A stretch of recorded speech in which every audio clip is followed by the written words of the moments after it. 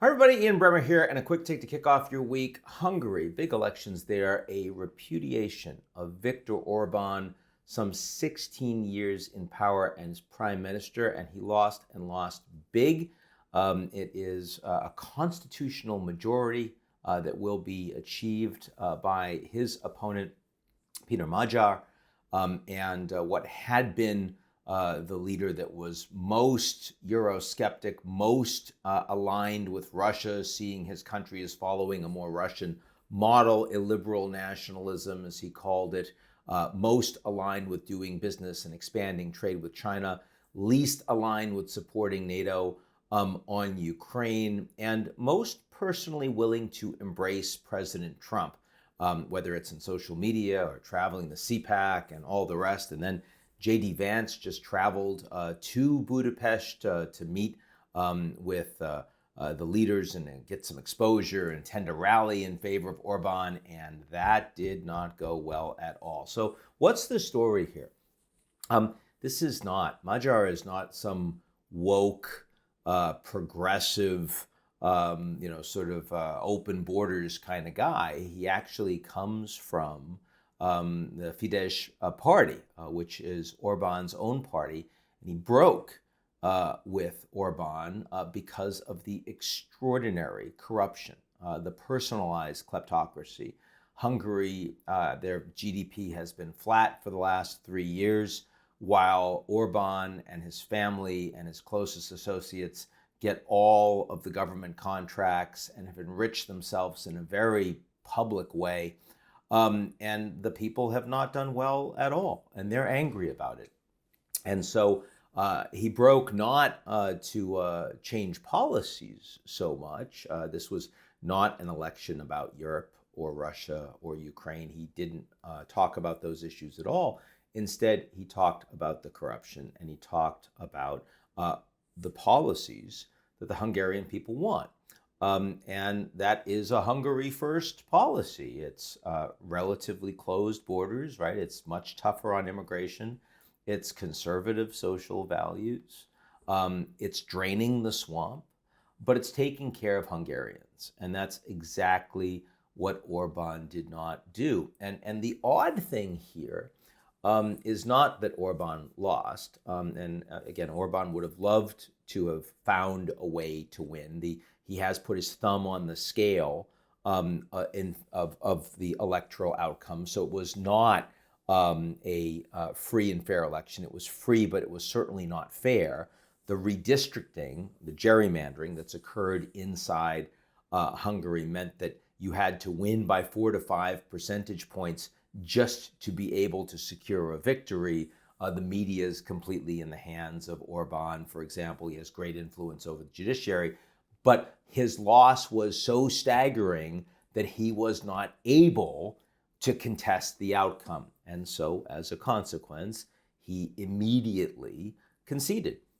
And that is clearly a good thing, that no matter how much Orban wanted to stay in power, no matter how much he tried to change the scales to reduce checks and balances on the prime minister's office, he was unsuccessful in doing so, something that Bolsonaro learned in Brazil, something that Trump learned when Biden beat him in the United States, something that Orban learned as well. So might have been oriented towards a less competitive election, but did not become a dictatorship, much as the United States is experiencing presently.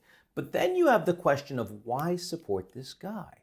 And here it's a big question of MAGA, because what is MAGA, right? I mean, MAGA should be about policies, making America great again, America first. Those policies in many ways appealed to rank and file Americans that thought that the American elite didn't care about them, didn't trust globalists, didn't trust open borders, didn't trust free trade, didn't trust all of these forever wars. And they voted in favor of Trump in the same way that many of them would have voted for Bernie Sanders and other such figures, because they thought that here was someone that was going to look out for the average American.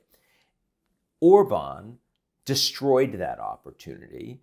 Majar is very far from being an opponent on the left, a progressive. He's going to actually be very consistent with a lot of the policies that Trump pursued when he first ran, but not with who Trump is right now. And what MAGA is today is not about those policies. I mean, ending wars, it just started a massive war with Iran. It's not about how well the average American is doing. It's more about how much Trump is able to make for himself and his family and his associates. It's not about draining the swamp. It's about bringing taxes down for the wealthiest and having lots of ways that the most powerful in the US can capture the regulatory process for themselves. Exactly what Orban was doing. And so in this regard, kleptocrats finding each other. But J.D. Vance should know better, because even though he's Trump's vice president, he's a young guy that is going to wants to have a political future well beyond the octogenarian who's going to be a lame duck after midterm elections.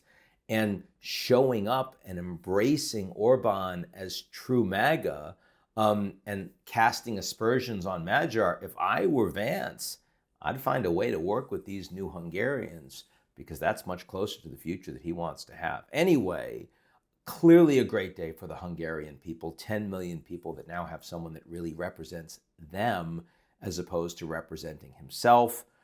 Clearly a good day for the European Union in the sense that they now have a government that's going to work with them as a member of the EU as opposed to doing the bidding of Vladimir Putin and Xi Jinping.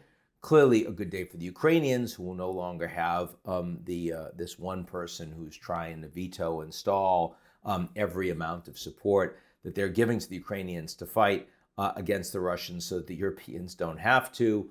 And yeah, not such a great day for Trump. And I suspect he doesn't want to talk very much about this one because they've been putting support in for Orban for a long time. And they didn't just lose a little, they lost big.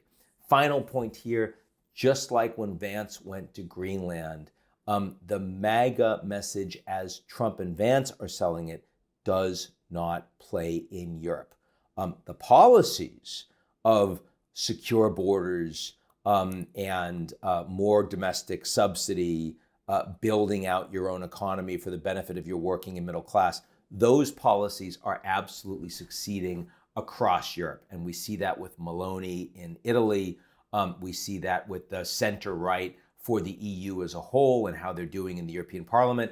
And we see that with Majar's big win in Hungary on Sunday. But that does not mean that Trump and Vance undermining European national identity and sovereignty is going to play well for these countries with these populations. That's it for me. I'll talk to y'all real soon.